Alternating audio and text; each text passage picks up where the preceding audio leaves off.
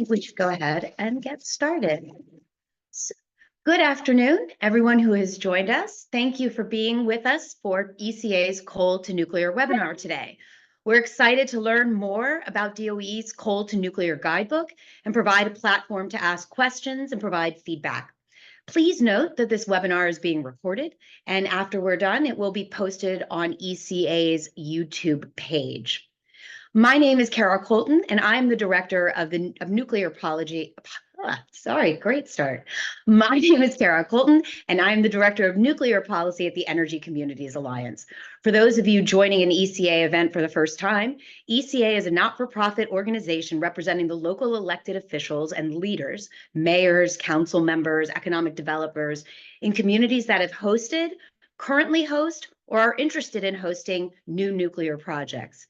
To help identify the role for local governments in supporting new nuclear development, ECA established our new nuclear initiative led by Mayor Rebecca Casper of Idaho Falls and Vice Chair of ECA. And our initiative, under which we are having this webinar today, is really to focus around three key questions. What do communities need to know to attract and support new nuclear development and missions? What and how should communities communicate to industry, national labs, state and federal governments about local resources and development opportunities? And what hurdles and challenges will communities face, and who can we work with to overcome them? We've been very fortunate at ECA to work with industry, state and tribal partners, as well as with our partners for this webinar, the U.S. Department of Energy, to build capacity and outreach on specific issues, from siting to financing to opportunities for public-private partnerships, and today, opportunities for coal to nuclear transition at sites with retiring or retired coal-fired power plants. Reports show that up to 80% of existing coal power plant sites may be eligible for advanced nuclear plants, allowing utilities to invest in a new plant, to repurpose the existing footprint and leverage existing transmission, transportation, and water infrastructure left behind, and preserve or even add to high-paying jobs in local communities. It will provide zero carbon baseload energy, help meet federal, state, local, tribal, or industries' decarbonization goals, support deployment of renewables, and increase domestic manufacturing capabilities. We also know that between 2023 and 2050, around 200 gigawatts of coal assets are expected to retire, and advanced nuclear is uniquely positioned to replace these retiring assets. The Idaho National Laboratory estimates that leveraging the same transmission infrastructure as retiring fossil generation can yield $100 million in savings on a new plant. Additional incentives for these transitions are also included in the Investment Reduction Act. To learn more, we are thrilled to have three excellent speakers with us today. I'm going to introduce you to each of them, and then we'll have a few live polling questions for feedback. And the first of those questions will come after I do the introduction so that they get a sense of who's on the line. If you have any questions, we ask you to use the chat feature, and we'll do our best at the end to answer as many of the questions, to ask as many of the questions and answer as many of the questions as we can. So with that, let me introduce our speakers. First, we'll hear from Elisa Trenzo, Director of the Office of Communications and Engagement for the Office of Nuclear Energy at the U.S. Department of Energy. Elisa works to position the office as a trusted voice and to increase public participation in nuclear energy programs, projects, and activities. She oversees the office's communications and outreach strategies, works to advance environmental and energy justice, and to support an inclusive and strategic approach to community, tribal, and stakeholder engagement. After Elisa, we'll hear from Jason Hansen, a distinguished research economist at Idaho National Laboratory. As a practicing energy economist, he focuses on clean energy transitions, especially those utilizing nuclear energy. He leads research on coal to nuclear transitions, financial risk in nuclear construction projects, and market analyses on nuclear fuels. In addition, Jason teaches principles of economics and energy economics in the College of Business at Idaho State University and in the J.P. Morgan Center for Commodities and Energy Management at the University of Colorado, Denver. Finally, we'll hear from Emily Nichols, a project coordinator for the Gateway for Accelerated Innovation in Nuclear, or as we hear a lot, GAIN. She provides strategic coordination for energy communities, which are transitioning to more clean energy options. And she also provides support with communications to promote the GAIN program. We appreciate all of you taking the time to be on this call with us and to help provide us with your knowledge. And with that, I'm going to ask the first polling question to be pulled up. And then I will turn it over to Elisa.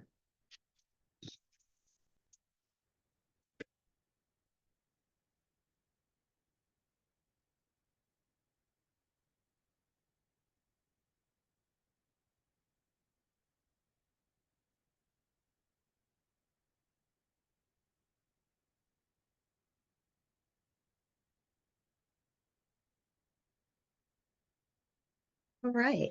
Okay.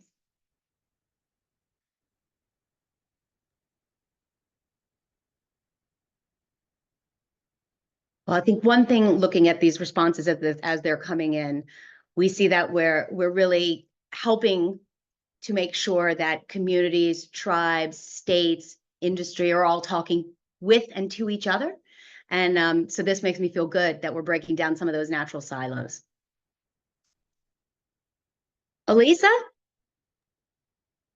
Thanks, Kara. Hi, as Kara mentioned, I'm Elisa Trenzo, and I'm the Director of Communications and Engagement at the Office of Nuclear Energy in the Department of Energy. Thank you to Kara and Faith and ECA for hosting us today to talk about coal to nuclear transitions and the information guide that we put out this year.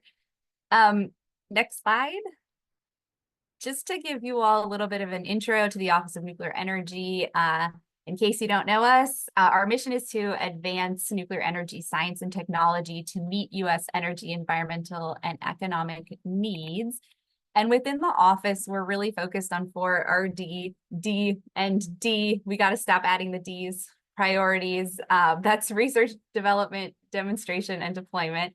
And our 4 priorities are to keep the existing U.S. nuclear reactors up and running, deploy advanced reactors, strengthen the global nuclear fuel cycle, and expand international cooperation on nuclear energy.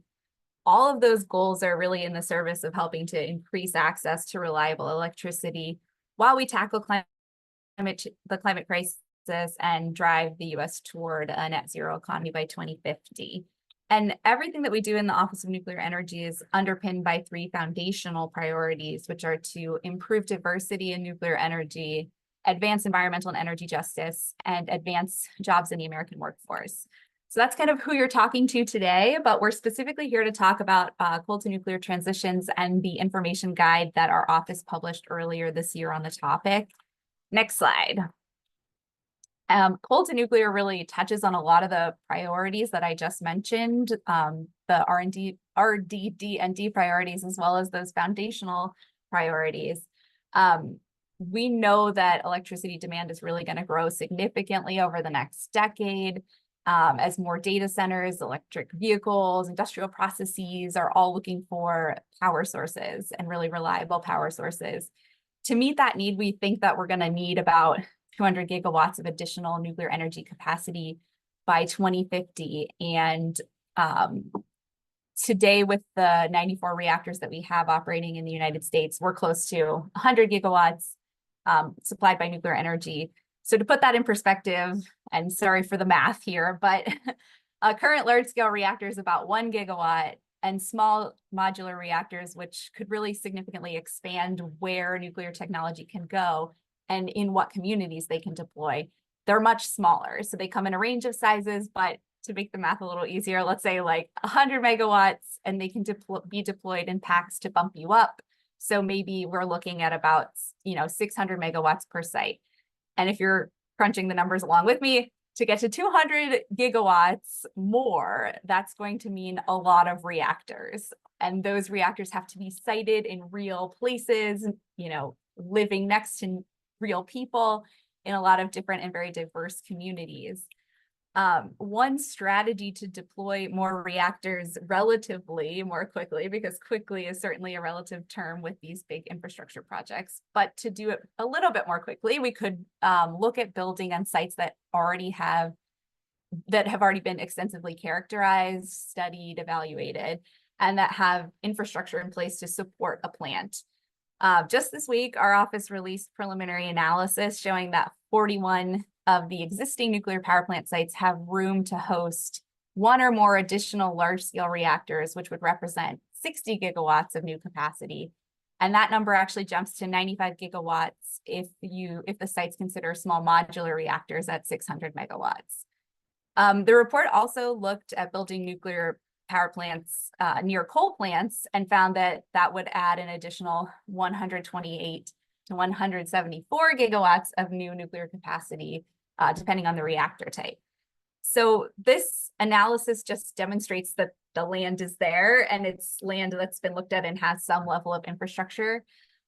These are really complex decisions and projects that take years and ginormous efforts, not to mention a ton of dollars to see through to reality. But part of why we put that report out there and why I'm talking about it now is just to demonstrate really the scale of the possibility that we're talking about here. These types of projects are a really big opportunity, not just for the nuclear industry, but also really for all of us and as we try to meet climate and energy goals. And it's a huge opportunity, in my opinion, for the communities that have been contributing to our energy stability for decades.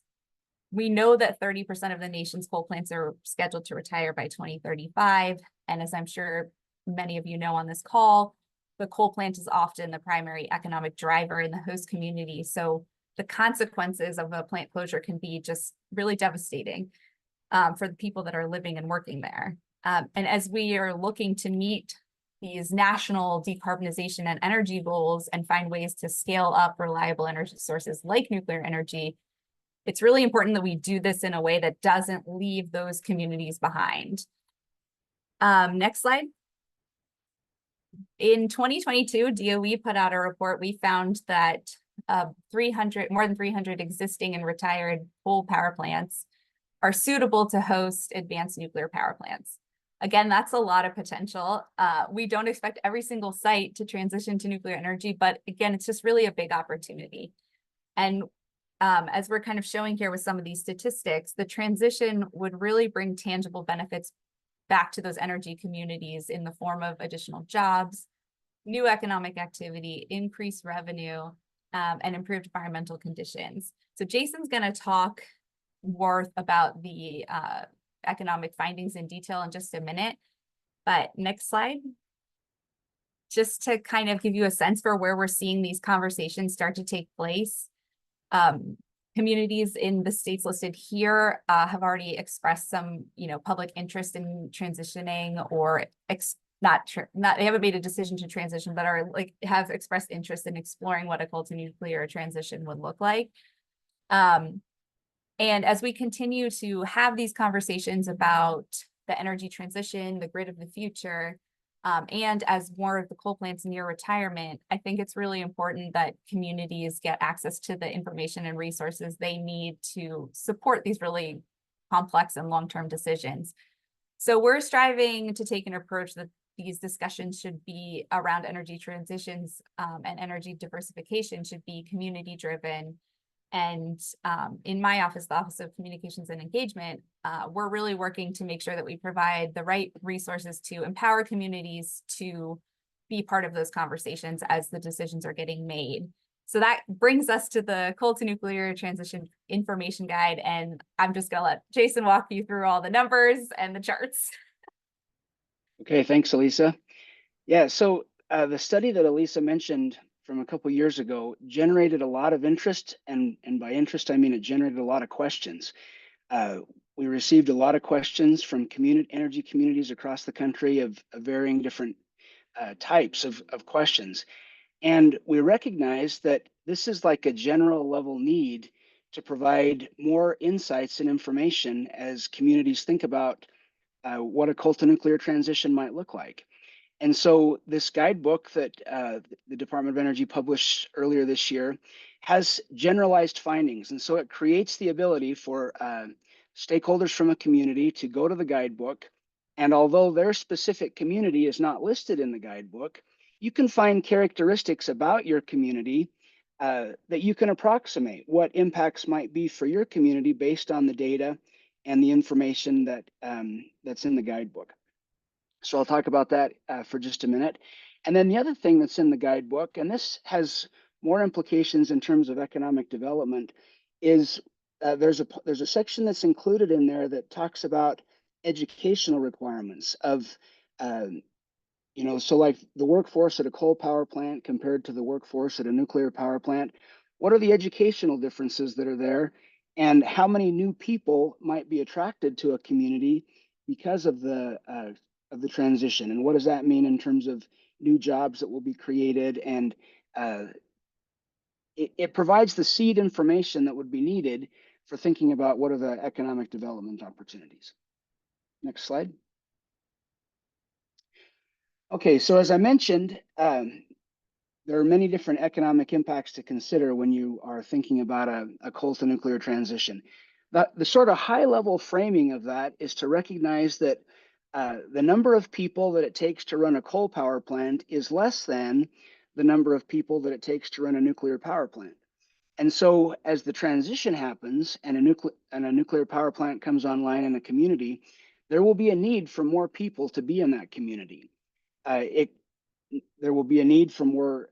The nuclear power plant will create more jobs. It'll create jobs at the power plant because the comparison of jobs between the coal power and the nuclear power plants there's more at the nuclear plant. But also it's going to create more jobs in the community. It's going to create jobs in the supply chains that support the power plant, and it's going to create jobs in the surrounding community, that the community that surrounds the power plant and that surrounds the supply chain also, like more restaurants and more schools and things of that nature. And so there's a lot to really unpack when you start thinking about and digging into what are the economic implications of retiring this coal power plant for the community as we build and then bring online a nuclear power plant. So let's get into what those different layers look like. Next slide, please.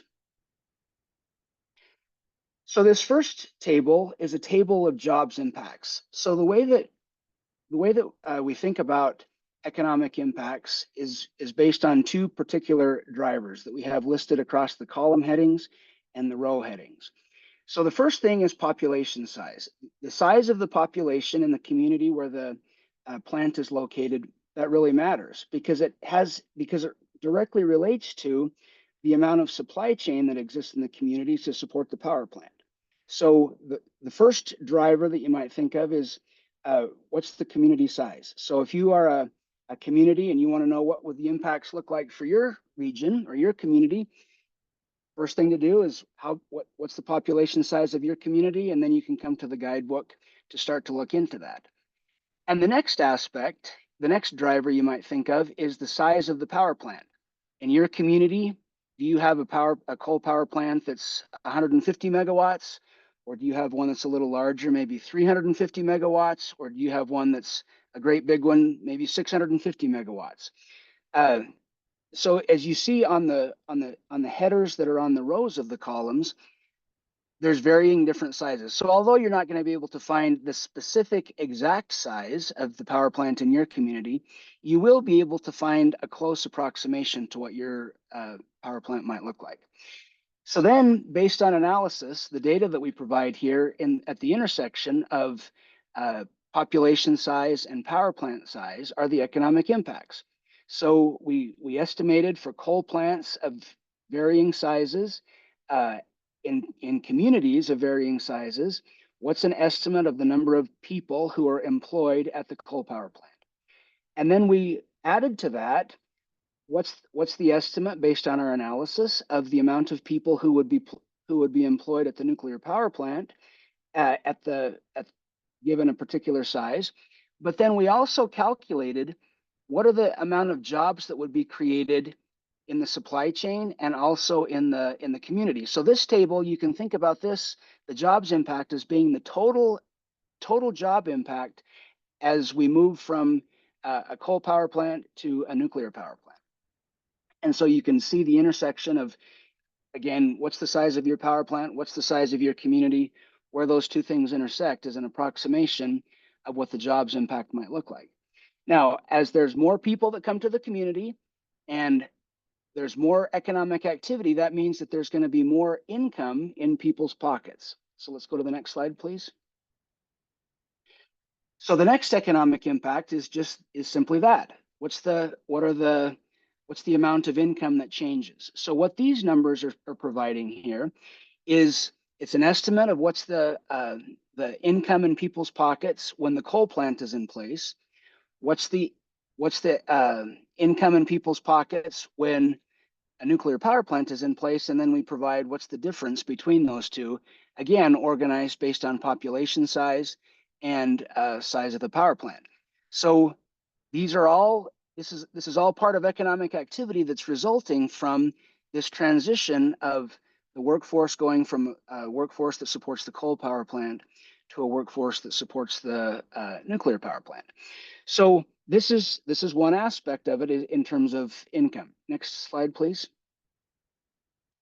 But in addition to the income that's created in people's wages and salaries and things of that nature, there's additional value that's created in society. There are new aspects of the economy that are created because of the fact that the transition takes place. And these new aspects have new values and new revenue sources that would result in dollars circulating in the economy. So not only is this revenue that would be created, the impacts here are not only showing the revenue changes at the power plant, they're also showing the revenue changes that would result from more businesses in the supply chain and more businesses supporting the supply, in the surrounding community. There's three different layers of impact that we've aggregated into these single estimates here. So again, it begins to provide a sense of what's the community going to experience if a coal to nuclear transition happens. Now, one thing that I do want to point out is that these impacts that we provide in the guidebook are based on two states of the world. The one state of the world is where there's a coal power plant, and another state of the world is where the nuclear plant is in its place. We don't reflect for the intermediate changes of decommissioning the coal plant and building the coal power plant, and building the nuclear power plant. So obviously, there's another layer of impact in the transition that would happen between the coal plant and the nuclear plant that are not reflected in these numbers. So in fact, this is a lower bound on the estimate of what the economic impacts might look like. Okay, next slide, please. Jason, if I can interrupt you really quickly, somebody has asked on the call if you can clarify if the revenue is direct or both direct and indirect sources. Direct and indirect sources. It's the total impact. Thank you. Thanks for the question. So the next part of communities in transition that we think about in the guidebook and we provide some information on is what's going to happen with the workforce at the power plant. So there's a workforce that supports the coal power plant today. There will be a workforce that will be needed in the nuclear power plant. And so how will these two different workforces align? Will the workforce from the coal power plant be able to migrate to the nuclear power plant?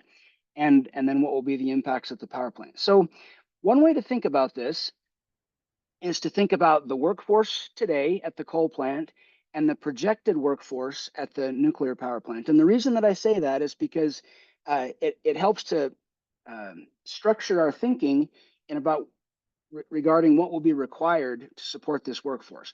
So let's start first with the workforce that's at the power plant today. In order to figure out what types of jobs the coal power plant workers today might find at the nuclear power plant, we looked into the job functions that are at the coal plant, and we looked at the job functions that are at the nuclear plant. And we compared those job functions on an educational basis. So we have an understanding of what does it take to work at a coal plant and what does it take to work at a nuclear power plant? And will these workers from the coal facilities be able to migrate to the nuclear facilities? And what we found is that in the vast majority of cases, people are not going to have to go back to school to get a degree in nuclear engineering to be able to work at the nuclear power plant. Will there be required training? Yes, absolutely. Nuclear specific training. Once the coal worker is fully employed at the nuclear power plant, there will be on-site training that will be required to understand how the plant operates, to understand the safety protocols and the differences along those lines. But largely, the coal power plant workers will be able to migrate to that new nuclear power plant. But at the start of the talk, I mentioned that there will be more workers that will be required at the nuclear plant than are at the coal plant today. Okay, so there will be a need for nuclear engineers and things that and job functions at the nuclear plant that don't exist at the coal plant. Well, that represents people who will need to move to the area. Okay, it represents people who will need to move to the area and salaries that will be coming to the area, creating economic development opportunities. Next slide, please. So if we look at it if we hold the megawatt size constant and we look at it for different levels, we can compare the size of the power plant, the size of the workforce at the existing power plant to the size of the workforce at the new power plant. Now, these jobs are looking only at jobs at the power plant. These are not the total jobs in the community. These are jobs at the power plant. And so we can see how that's going to increase for different sizes of the power plant. Next slide, please. But maybe what we're interested in is how do those specific jobs change? What jobs will be created at the nuclear facility and what jobs will be lost from the coal power plant, I mean to say. And so in the guidebook, we provide that information as well. So how many power operators will the nuclear facility need? How many power operators are there at the coal facility? And then what will that migration look like? And we provide that on a per job function basis. This information is useful for beginning to think about, okay, what are we going to need to do to train up the workforce to fill these new roles that don't exist today? That's getting into the economic development aspect of what will be those job functions that will be required to support that plant in the future. And what do we need to do in terms of training to either recruit people to the area who have that type of training or build up the capabilities in the community to train people for those new types of jobs that will be in the community that are not there in the community today. Next slide, please. And so then we illustrate that also in the guidebook on a net basis of what are specific new jobs that the nuclear power plant will create that are not at the coal power plant today, to provide a basis of understanding what are the types of training and other curriculums that would be needed to support the workers of tomorrow when the nuclear workforce is in place in the community. Next slide, please. We also include in there a distribution of educational attainment. And so we look at what's the education required to work at the coal facility, what's the education required to work at the nuclear facility. And you can see that there's a lot of similarities, but then as we begin to look at the more advanced degrees will be required at the nuclear facility than work at the coal facility, for bachelor's degrees and above, you might say. So this also is informative in helping to understand what will be the curriculum needs needed, either curriculum needs to train the people who live in the community, new people, young people today to work in the power plant when they graduate from college, or to recruit people into the community to work at the power plant when the power plant comes online. Okay, next slide. Finally, there's a tremendous amount of federal support for energy communities in transition. The guidebook provides some of this information in terms of energy credits for domestic sourcing and for energy communities and for investment tax credits and production tax credits, in addition to other funding sources that are available to support these transitions, these energy communities that are in transition. And our guidebook provides some summary information about some of that information. Additionally, I want to point out that I'm aware that ECA also does a great job of providing what these different funding opportunities are for accessing federal dollars to support analyses and transition efforts to get those underway. So with that, I'm going to hand it off to my colleague and Emily to talk a little bit more about that. Hey, everybody. My name's Emily, and I'm with the Gateway for Accelerated Innovation in Nuclear, which is we like to call GAIN because that's kind of a mouthful. And I just wanted to talk a little bit first about the work that we do at GAIN. We were a DOE initiative that was created to provide access between developers in advanced nuclear to the national lab system, making sure that folks have the expertise as well as the ability to access capabilities at the national laboratories, and that those relationships have been going really well, being able to help advance the pace at which reactors are being designed and getting ready to be deployed. And in the past few years, we've also expanded our mission to include working with states and communities to help prepare for the incoming new nuclear that will be coming. And so we've been working closely with folks in all different kind of spaces, but state legislatures, community folks, utilities that may not have nuclear background, helping to provide resources and information as they start to investigate how they may include nuclear in their future planning and diversifying their energy uses. So I think, or production, excuse me. So I think we can go to our next slide. I'm going to talk a little bit about the feasibility studies that GAIN has been working on in the last few years. Jason mentioned that initial coal to nuclear report that was put out in 2022. That spurred a lot of questions for folks and a lot of interest in this space. What could we do with a potential closure of a coal site and who might want to include nuclear in their future?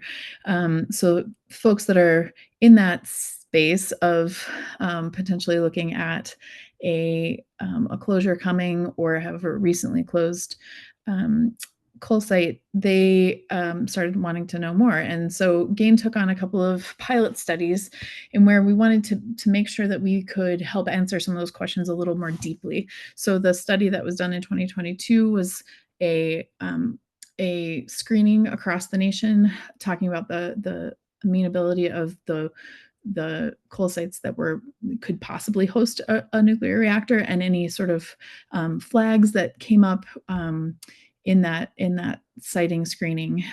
Things like that may have screened could be slope or population size. There are many different factors that are built into the equation as siting happens for a nuclear reactor. And so this initial screening helped kind of flag for any of those.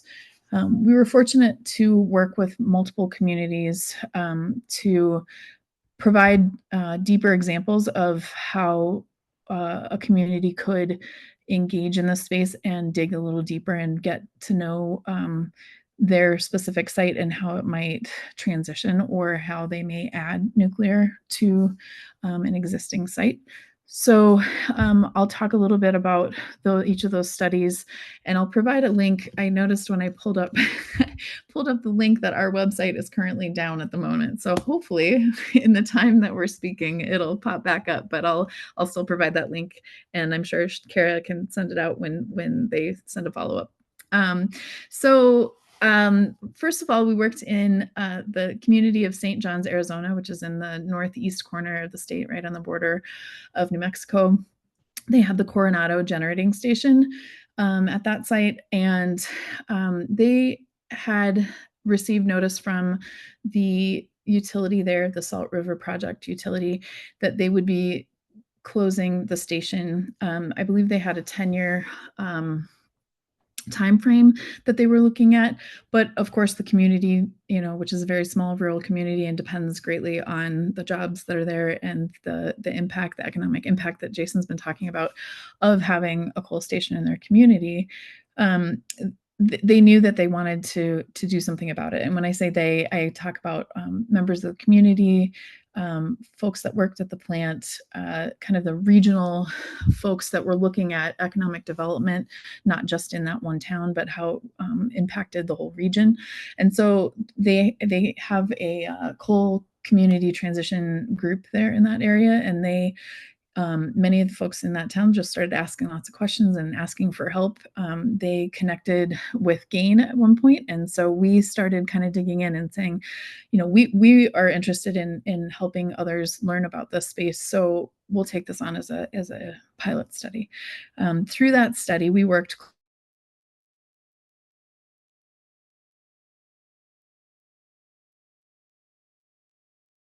I think Emily has frozen for a minute. Go ahead. Oh, okay.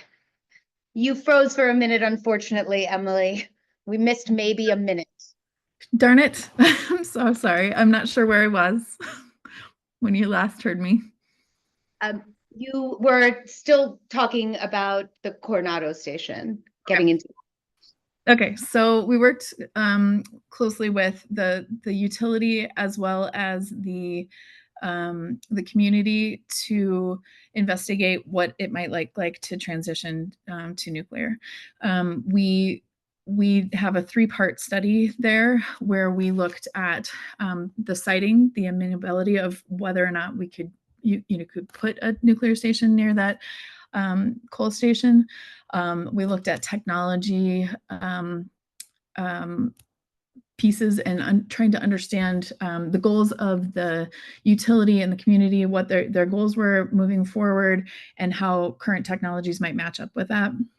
And then we looked, Jason worked on this study and he helped analyze the economic impact of what it might look like specific to that region if nuclear were to be added to their community. So the process of this engagement has been really positive for their whole community. Not only were they investigating nuclear, they were also looking at possibilities of other energy sources. So it was not solely our work was around nuclear, but they also had additional folks looking at other opportunities. And through this process and through these conversations that the community was having with their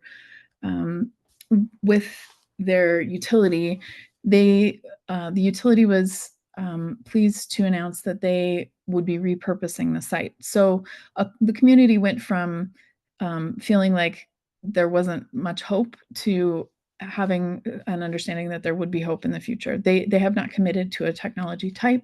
They're considering many different things.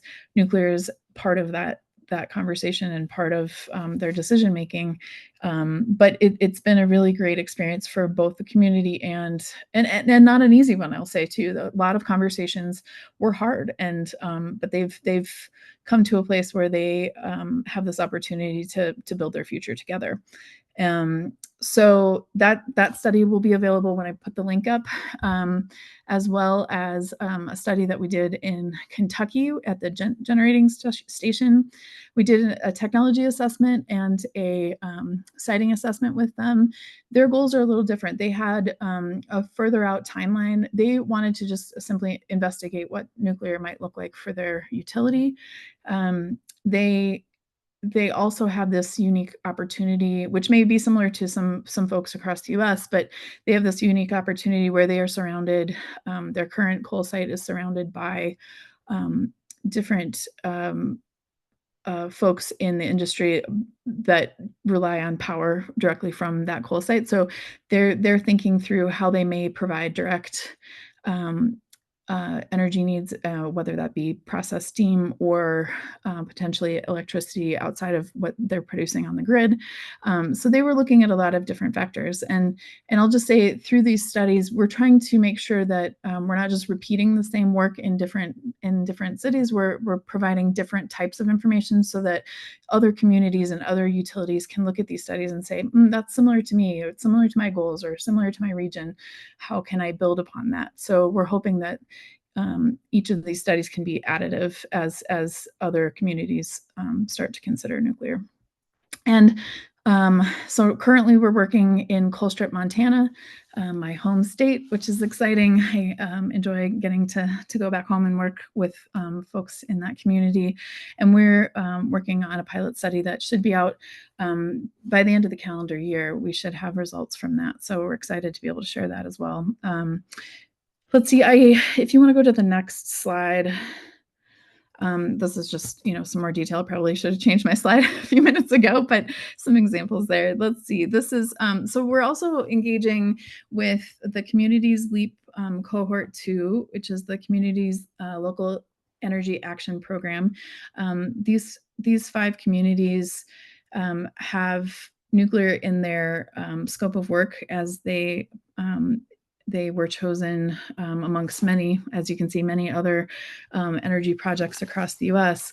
These are the 5 that had nuclear in their scope of work. So we've been working closely with each of these communities in Eastern Kentucky, Southwestern Pennsylvania, Northwestern Colorado, Rosebud and Treasure counties in Montana, which is that coal strip space. We're doing additional work there, and then Utah's coal country. And this has been another way for us to engage in those spaces and provide technical assistance. Many of these projects also have other energy components, and not just straight nuclear assistance that we're helping with, but digging a little deeper into each of these communities and how we might be able to assist them as they're asking questions and figuring out their next steps. You can go to the next slide. And this is just to remind me to talk about the fact that we like to engage in communities by being asked to be there. We never want to just show up and say, hey, we think nuclear is for you. We want to make sure that we can engage in spaces where folks are asking for help or asking for more information through our program. So we go where we're asked, and we often show up in very rural spaces and have some opportunities to coordinate with folks that may not have any sort of nuclear background, and it's been a really positive and engaging space to work in. I've been very pleased to be in that space, and we do a lot of things like in gymnasiums, as you see, and public meetings, small work groups, providing webinar support as well, making sure that as folks are considering what this looks like for their community and understanding that there are many pieces and parts to the decision making, that they have information that will help them make those decisions, and recognizing too that not every decision will come up as a yes. There may be some no's, but hopefully we got them to that answer quicker so they can move to the next thing if it's not nuclear. We like to call ourselves the nuclear phone a friend. So often we'll get a lot of nuclear questions. We might not have the exact answer, but we can connect you to someone who does. And also in that space, there may be a question that's outside of nuclear that you need help connecting with potentially a federal agency or something like that. And we like to think of ourselves as little bird dogs that go after those questions and try to help answer those questions. So providing assistance in that way is also helpful. I think the number one thing in this space is to listen. It's important to understand many of these communities are similar in their thoughts and dreams and plans for going forward, but they are all, are all very unique in their needs too. So spending the time listening and understanding what we can be helpful with is the number one. I think that's my last slide. And then here's some additional resources, and that'll be available when we send out slides. And I guess I'll pass it. Am I passing back to Kara at this point? Sure, I'll take that now. Thank you. Thank you, Emily and Lisa and Jason. Such incredible information to share. And ECA has been fortunate to work with GAIN and with the Office of Nuclear Energy and the lab as well for the years that we've been in existence. And it's always a collaboration with cooperation and helping make sure that the different priorities from all sides are represented in the conversations. So with that, I'm going to ask that we pull up another Zoom poll very quickly and have you all respond and provide some feedback. So that should be coming up now. What other resources do communities need to explore coal to nuclear transitions?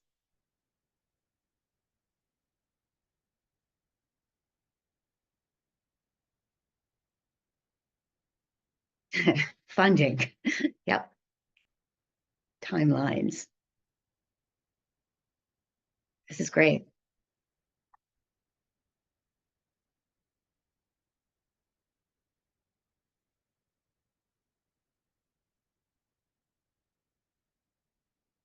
Timeline supersedes funding.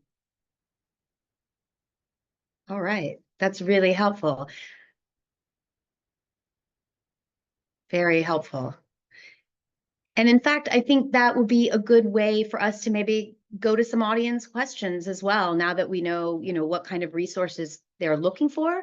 And let's go ahead and talk about the timelines. So, we heard recently from SRP about looking at the potential for coal to nuclear. How do you engage with the community over the period of time that it takes to site and construct a new nuclear reactor? What does that engagement look like with the potential host community? When should it start, and how long do you think that timeline would be? I feel like we can start with the easy part first. It should start early, really early, as soon as people are starting to engage in these conversations. Yeah. Should already be happening. No. But I think to a lot of what Emily was saying, the approach that we want to take on engagement with communities that are exploring this is for it to be community driven, but for us to be a partner and to respond. GAIN has been really effective in being able to be the arm of DOE that can really be there for communities as they walk through this process. So I took the easy part to say we should be engaging early, and that the timelines are long for these big infrastructure projects, but I know that there is absolutely an urgency to communities that are looking or facing the retirement of a coal asset. I don't know if you guys want to add to that. I took the easiest part by going first, but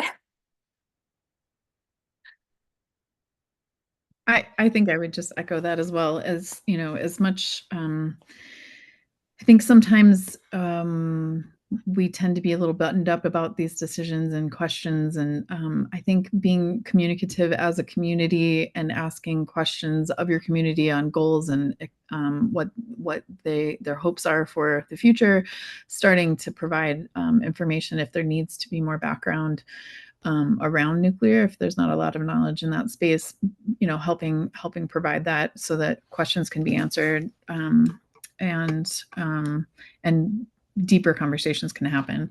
As far as timelines, obviously we're in that space of demonstration currently, and waiting for the next, the first of a kinds and the, second and thirds of a kind to be happening. But I think having these conversations now and starting the process is very important so that we're prepared as those things become available. Anybody else want to?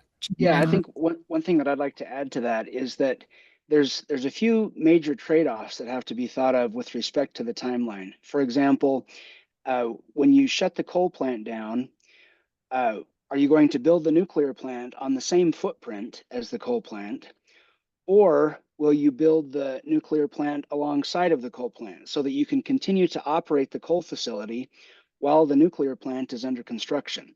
That minimizes the gap time so that, the workforce from the coal facility are not going to go find jobs someplace else, that the jobs will be lined up at the nuclear facility before the coal facility shuts down. There's also some revenue implications with that, but that also has to be paired against the cost implication. The biggest thing that I'd say on timeline is that oftentimes retirements for coal facilities are announced, and many of them are coming up right away. So if some thought can be given to when the coal facility retires in conjunction with when the nuclear facility comes online, that will go a long ways for getting the timelines and the projects to line up in a more compatible way. That's great. Thank you very much. We have another question here that is wondering why DOE is focusing on advanced reactors when there are proven light water reactor designs approved already by the NRC, the Nuclear Regulatory Commission, and countries like South Korea are already constructing these kinds of LWRs again, but at significantly lower costs. What are the benefits with the advanced nuclear? It's a great question. Existing light water reactor designs absolutely have a role, but advanced reactor designs can offer a range of additional benefits, and they can really expand some of the uses, the markets, and the physical spaces that nuclear technology can go. So they're coming in a range of sizes like micro, small, and large scale reactors. Of course, some small reactors are also light water reactor designs. So you can keep that in mind. But some additional benefits that different designs could bring would be adjusting electricity output, which would make them a lot more compatible to work alongside variable renewable technologies.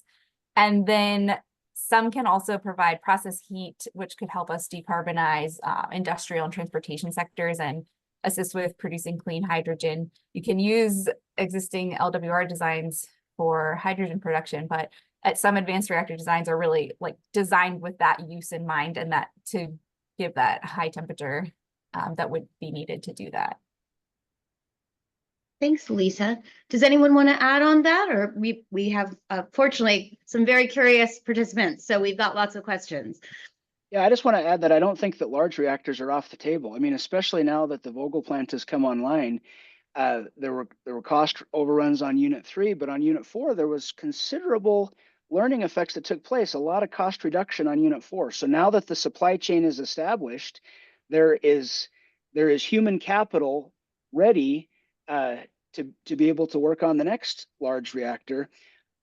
I don't think that the Department of Energy, I mean, Elisa can correct me if I'm wrong, but there would not be the Department of Energy would not turn away a large reactor from going online. I mean, there'd be interest in that going on as well. I mean, but again, it comes back to size matching on the capacity of the coal facility relative to what your projected demands are. So one thing that we haven't even really talked about is the demand for data centers. So if there's some coordinated projection of demand to replace coal capacity and to meet new demand coming online, it may be one of the large light water reactors that best suits the case. It's, as Emily pointed out earlier, it's very case specific. Thank you. What are you all hearing from utilities about the biggest obstacle for them to convert coal to nuclear? And I think we've actually heard this from Jason earlier, but can nuclear construction start before the coal plant shuts down?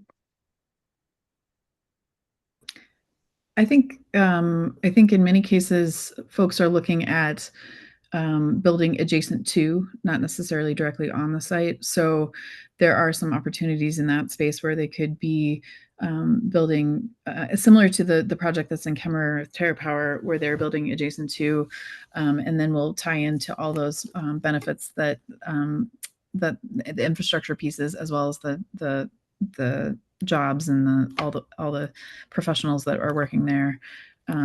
So there's an opportunity there to be working in both spaces. Are there any examples of a site where coal and nuclear are operating on the same piece of land, that site? Not that I know of, but I think that's a potential option. Thank you. Okay, here's another question. So how do you deal with the need to clean up a site? These sites are complicated with the presence of contamination, sometimes chemicals or radiological matter, and especially at retired coal power plants. And also, well, let's start with that one actually. So what is the cleanup like before you can transition a coal site to a nuclear site? I'll start off with that one. So definitely there's cleanup that has to be involved. There also has to be an analysis of what the legacy wastes are as they relate to the siting of the nuclear facility to make sure there's not any potential hazards that would result from siting the nuclear facility on where legacy waste might be present. But largely, how do I say this? After digging into this topic a little bit, I have been quite surprised at how efficient coal facilities are at following EPA guidelines and regulations. They do a great job, for lack of a better word, of working really hard to keep things in clean and orderly fashion according to what the regulations are. So in terms of a detailed analysis, I would say that there's going to have to be some regulatory issues along that to make sure that whatever particulates are left at the facility are not going to cause a problem for the nuclear facility. But they do follow the guidelines for cleanup and regulation. Thank you, Jason. As let's go on to the regulatory piece here for a minute. Will there be additional permitting needs for sites specific to nuclear?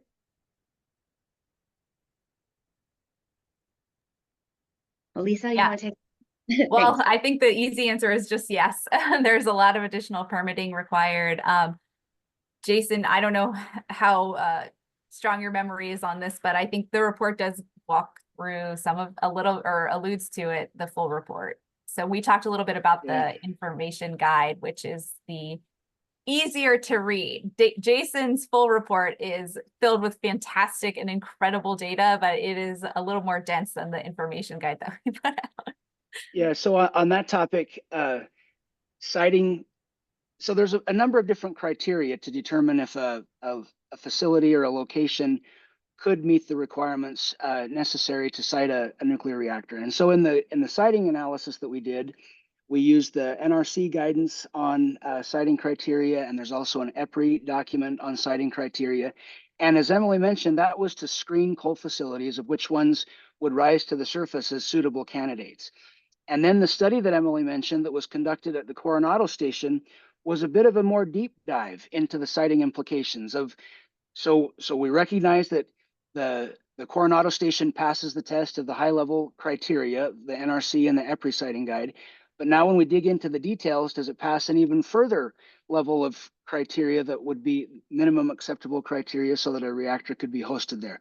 But then the NRC will also require an analysis to be performed to verify that it's all conducive. So it actually takes a lot of work to make sure that the siting analysis is performed to meet the standards of the NRC. And it's important to recognize the different layers of screening that have been done to determine the suitability of a site. Great, thank you. Yes, ECA can provide links to those EPRI reports as well. So just if anybody wants them, let us know. We can do that. Staying on the NRC very quickly, though, I know that the ADVANCE Act that recently passed dealt with the NRC, but maybe we can speak a little bit more to that in response to the question, what about accelerating permitting to get these new nuclear options online quicker?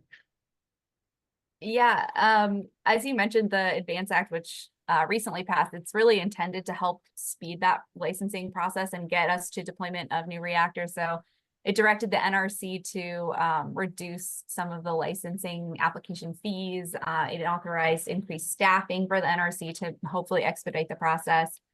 It gives DOE authority to issue prizes to incentivize deployments. So I think it's something like that. It would the prizes could be to cover the costs assessed by the NRC for the first movers in this space. So including for advanced reactors that would, the first advanced reactor that would receive an operating or combined license could get like a prize to cover that. And then it also directs the NRC to develop some guidance to help license and regulate microreactor designs within 18 months. So there's a bunch of support that the ADVANCE Act is like providing and directing to sort of address that very question. And then additionally, I'll just mention that some of our programs within the Office of Nuclear Energy and in DOE in general are also supporting speeding up that process. For example, we collaborate with the NRC directly through our National Reactor Innovation Center. We share data to help them to, because these are reactor designs that haven't gone through a licensing process yet, to the extent that DOE can provide data that helps speed the process along, we do that. Kara, let me just also mention that the Breakthrough Institute has published not too long ago an analysis on early site permits for coal facilities. So if a person is interested in more information about siting and the regulatory aspects of that, I'd refer them to that Breakthrough study. That's great. Thank you. We will make sure ECA gets that link it to everybody as well. Talking about a little bit more, Elisa, about the costs. We have a few people asking different questions like, I will put some of them out there for you. So it seems like the utilities are really bearing the majority of risk in cost and schedule of replacing coal-fired power plants. While there are examples, and some that you've given, of DOE funding opportunities for small portions of nuclear projects, but not a ton, do you foresee the federal government stepping in with additional loan programs, guarantees, or other aspects to facilitate these projects? So I won't speak, I don't know the future, but I mean, there's been a ton of money and there still is a ton of money available through the loan programs at DOE. I'm really bad with numbers, so I should have written this down, but there's like a number that blows my mind when I hear it of how much money is like sort of available through that process. And let me not make any guesses and follow up with information before I like just make random assertions with numbers related to the loan programs office. But there's a ton of money that's out there for projects, and quite a bit of it can be applied to nuclear projects. Jason mentioned as we went through the presentation that our information guide does kind of, at least at a high level, walk through what some of those incentives and funding opportunities for on the utility or developer side are, that it briefly alludes to them, and that is listed in there. And then to look at this from like maybe a smaller scale of funding for communities that are exploring this issue, so we've had some, Emily mentioned Communities Leap, and the work that they're doing with communities to look at energy transitions and diversification through that program. And while that has closed, and we don't necessarily know if another round will occur or not, but regardless of whether that specific program comes back, we certainly have this in mind, that we understand communities need money resources, information resources, and financial resources to explore and engage in these conversations. So I know that I'm really interested in hearing feedback from communities on what types of resources are required for those smaller dollar amounts to make these types of projects happen. Because yes, it's great for, risk sharing and the loan programs office to be offering these massive amounts of money to utilities, to developers, to people that are looking at these things from like a very big scale. But again, I'm always hoping to keep the community in mind. That's like, well, we have to engage in these conversations too, and we're a part of this decision too. So while they might be smaller dollar amounts, they're still really important in my opinion. And I really would like feedback on what resources are needed. I'll also mention that right now we do, for that type of work, I know that the American Nuclear Society is an Energy Works organization, and I believe that they are accepting applications for projects, clean energy projects right now. So if anybody has a project in mind, that's available at the moment. And technical assistance as well for communities. Yes, absolutely. The ECA sent that out on our newsletter recently, so everyone should have some access to that. And if there's a perfect pitch moment, if you don't get our ECA newsletter, then I would suggest that you sign up. It's free, and we do lots of updates and provide information like what kinds of grants are out there, what kind of guides have been released, and try and ensure that you have access to the resources that we know so many people are putting together. To follow up though a little bit, Lisa, do you have a range of costs for different types of siting reviews? I don't know. Emily, Jason, do you know the answer to that? We need to direct people to the guide where that information is discussed. I don't want to quote any numbers, but it's a lot. I mean, it's a pretty intensive process to go through the siting analysis required for an early site permit. And the guidebook addresses some of that, but it's not trivial. It's a pretty substantial analysis. Excellent, thank you. We will all go through that guidebook, and now that we know exactly what's in that, it's really helpful. Another question for any of the speakers: are you all also considering thermal energy users in addition to electricity users? I think at a high level, absolutely yes. And with coal to nuclear transitions, depending on what a project decides if, if a community and a utility and developer are all working together and they decide that's something they're interested in, I think it's a really good option for communities that are looking to replace a coal asset and the power generation, but also maybe diversify their sort of market.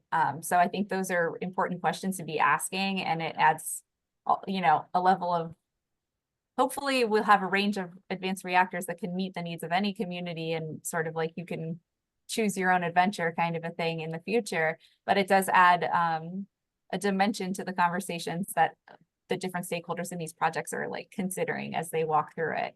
Like, what is the end use? Maybe there's different end users. Is it just electricity to electricity? Are we talking about thermal heat? Are we looking to have an industry supported in our community or state that would require that level of process heat or something like that? But yeah, again, just to really emphasize that these are very complex decisions, and it's a huge opportunity, but it's almost it can be sort of like daunting because there's so many things on the table right now. Hopefully it's more exciting do but I guess that remains to be seen. To dig in a little bit more on that, actually, when we think about visioning exercises for a community that's looking at, do we want a new nuclear project? We hear a lot these days about data centers and AI and energy intensive industries. Does the department work with those industries? I mean, I know that we have those industries like Amazon in Pennsylvania. They're already kind of talking to each other, but where do they interact with the Department of Energy, or do they? They do. It's, I think, usually at a higher level than little me, but I know that the secretary has convened different end users and people looking at that in that space, and that she has kind of put the charge out there to come up with projects that make sense. We have all these incredible incentives on the table, and it's time to really deploy. So get those projects together. Some of the recent money that's gone out the door from DOE, including $100 million from our office, has really prioritized creating partnerships. So there was $900 million for Gen 3 plus SMR technology, and $100 million of which is from our office. But it's really to help incentivize some of those projects and like fill in some of the gaps to getting to the term that's very popular these days is to get an order book together. So if you can get a coalition of people together that are sort of sharing risk for developing these projects, and also increasing the number of reactors bought as part of an order book, your costs really come way down. And Jason, I know you've actually done some separate research. Jason's a very busy man, so he's actually done some separate research on that. But eventually, like, if you sort of go in together, you pull the risk and you establish the supply chain because you are ordering a bunch of reactors at one time, the costs really levelize and come down. So some of the money that's going out the door is starting to prioritize that aspect of developing new nuclear. And do we have the supply chain we need? We hear a lot about needing to rebuild American supply chain. How does that factor in with the work that you all are doing? We are working on establishing the supply chain that we need. For example, many of the advanced reactors that we're talking about are going to need high assay, low enriched uranium, or HALEU. And we have put a bunch of money out on the table to help spur the HALEU supply chain here in the United States. We're expecting actually to make awards this year to start incentivizing that supply chain to be built here domestically. Fantastic. We will follow that closely. Did anyone else wanted to add on that question? Yeah, I just wanted to add that with respect to supply chain issues, the Vogtle project went through a lot of these hurdles to get a supply chain reestablished because it had been disbanded for so many years because it'd been so long since we'd had a nuclear construction project. But now that's been reestablished. So there are entities in a supply chain that have supported the Vogtle project. So it's not like we're starting from ground zero. We have resources that we can, obviously we can amp up, but we're not starting from zero. Thank you. So this is a question that's near and dear to my heart because I love the subject matter of nuclear waste. I think that there's a lot of agreement that this is a political problem, not a technical problem. But we do have someone that's participating, and they would like to know, without speculating on future nuclear technology development, what's going to happen with nuclear waste.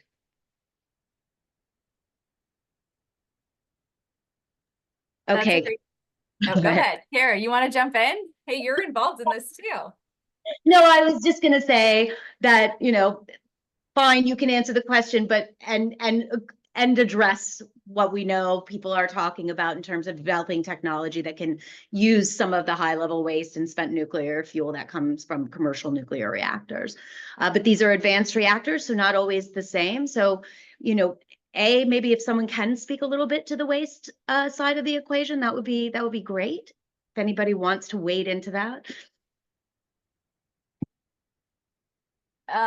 Well, Natalia, you're offering to answer here. So why don't you jump in? Because she's an expert in this space. Thanks, Hi Natalia. all. Can you hear me? I was sitting here quietly in the background. Yeah, I can take a stab at this question about what happens to the waste from the new reactors. So they will be safely stored, safely and securely stored. So as Kira rightly mentioned, advanced reactor different from the current fleet, right? So they will produce different types of the spent fuel, which means they will have different physical characteristics. So, but they and some of it will also, like the current spent nuclear fuel needs to physically cool down a little bit before they can be moved offsite. So the spent nuclear fuel will be safely and securely stored at the site, and then will be moved to either future interim storage that our colleagues here at the Office of Nuclear Energy are working on establishing through consent-based siting process. And then later on, the idea is that the fuel will go to the permanent repository once that will become available. Thank you very much. Fortunately, ECA is one of DOE's consortia dealing with consent-based siting and looking to build capacity around those issues. So we are certainly including waste in our discussions and looking holistically at the entire fuel cycle. So do you think, actually, Natalia, before I let you disappear back again, two other questions just staying on the waste. Has there been renewed urgency, in your opinion, to find a centralized repository because of all of the new excitement and interest in new nuclear development? I would have to also defer to you, Kara. Like, what are you hearing on the ground? But for sure, we have I answer the question from the Department of Energy, right? The Department of Energy has a responsibility of taking care of the spent nuclear fuel and high-level waste, and that's this. It's given to us by law. So that's why we always had the urgency to find the solution, right? And the current solution is that the spent nuclear fuel is stored at the sites where it was produced. It's stored there safely and securely, but it was not envisioned as the permanent solution. And it also, the communities around those sites don't necessarily want it to be the way it is. So it's also issue of environmental justice to them. So yeah, there is always an urgency from many, many perspectives. That's great. Thank you. And I do think that the consortia are doing a lot of work and bringing in a lot of different parties to the table. We certainly are trying to have, again, holistic conversations with everybody that would be impacted by a nuclear waste program. Last question about waste, I promise. Would DOE be footing the bill for the waste storage that comes from new nuclear facilities? Or would it be coming from the nuclear waste fund and the folks who generated it up to this point? Unfortunately, I don't know the answer off the top of my head to that question. Great question, though, and It is, yeah. So we can follow up with the person who asked that. great question. I'm going to do one more, and then we're probably going to throw up another poll question at you. But the next question is, what's the impact on ratepayers? What could a ratepayer see with a coal to nuclear transition? I'll take that question. And I think the best one to look at is the Vogtle case. Although it's not a coal to nuclear transition, it is new nuclear construction. And what happened there? There was a nuclear power plant that came online that's going to provide clean baseload electricity for something like 80 years. And the ratepayers' bill went up by about 7%. So it's not to say they're not going to go up, but 7% in exchange for 80 years of clean, reliable electricity gives a sense of what we're talking about. To the extent that how would a ratepayer's rate go up because of a coal to nuclear transition? I'm not aware of an analysis that's looked at that directly, but I think the Vogtle case of a new nuclear construction project gives us some understanding of what we could expect. Great. I mean, this is totally speculative, but a lot of what, I mentioned this concept of order books, but the first of a kind builds, for example, on SMRs, which is likely more so what we're looking at than like a large scale reactor like at Vogtle. First of a kind demonstrations and first of a kind deployment and the early deployments, yes, cost more. But the idea is to bring the cost way down over the course of repeat deployments so that hopefully the increases to ratepayers will be much less.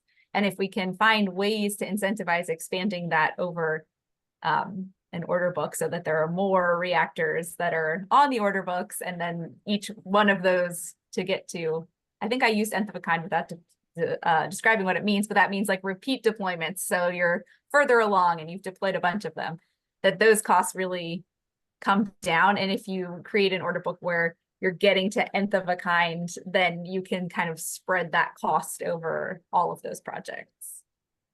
Thank you. That was a great question.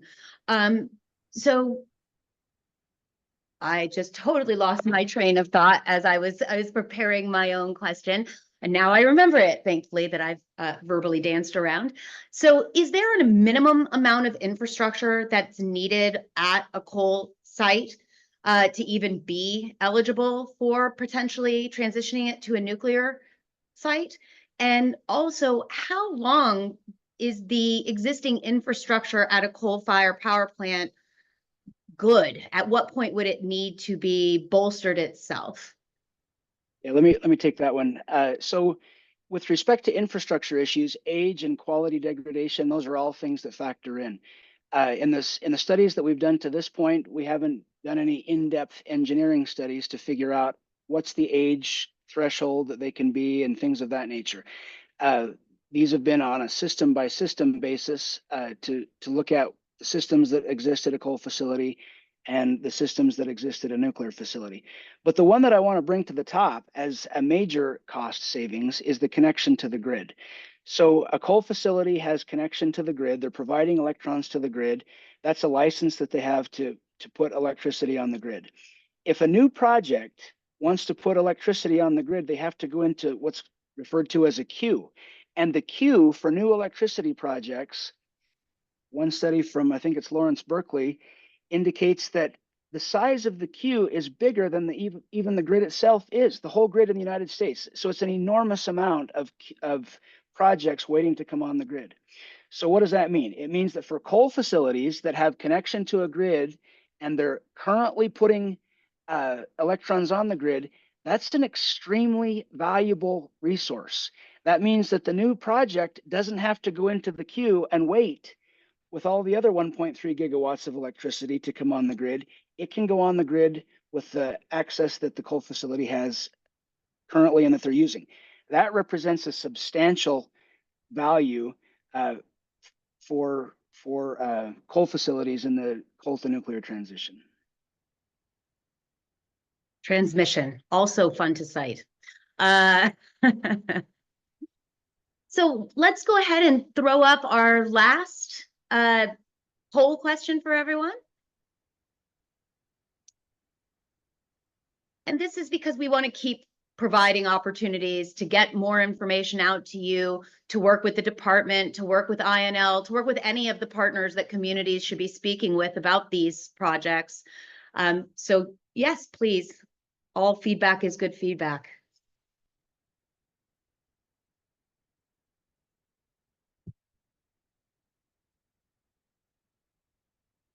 Okay, yep, that timeline piece. That is something that we do hope to be addressing at our next new nuclear initiative in-person meeting.